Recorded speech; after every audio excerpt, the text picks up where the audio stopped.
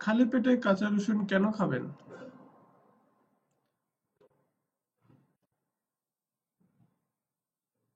অনেকের কাছেই সকালে খালি পেটে কাঁচা রসুন খাওয়াটা ভীষণ অস্বাস্থ্যকর মনে হতে পারে, কিংবা অনেকেই মনে করতে পারেন যে এটা স্রেফ একটা কুসংস্কার, কিন্তু আসলে কি তাই?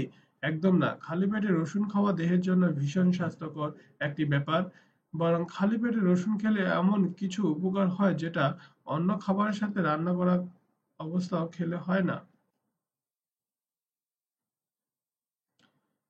চলুন জেনে নিই খালি পেটে রসুন কিভাবে খাবেন এবং কেন খাবেন।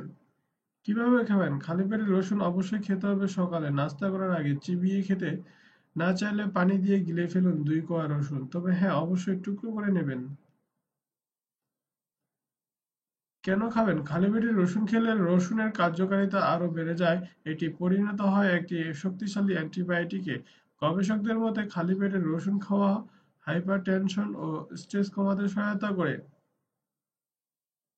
অন্যদিকে হজমের গন্ডগোল রোধ করে।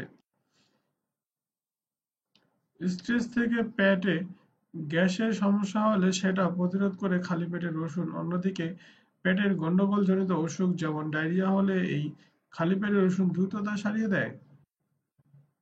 সকালে খালি পেটে রসুন খাওয়া শরীরে রক্ত পরিশুদ্ধ করে ও লিভারের ফাংশন ভালো রাখতেও সহায়তা করে। যাদের রসুনের অ্যালার্জি আছে তারা এড়িয়ে চলুন। আপনার স্বাস্থ্য বিষয়ক যে কোনো টিপস পাওয়ার জন্য আমাদের চ্যানেলটি এখনই সাবস্ক্রাইব, লাইক ও শেয়ার করুন। ধন্যবাদ।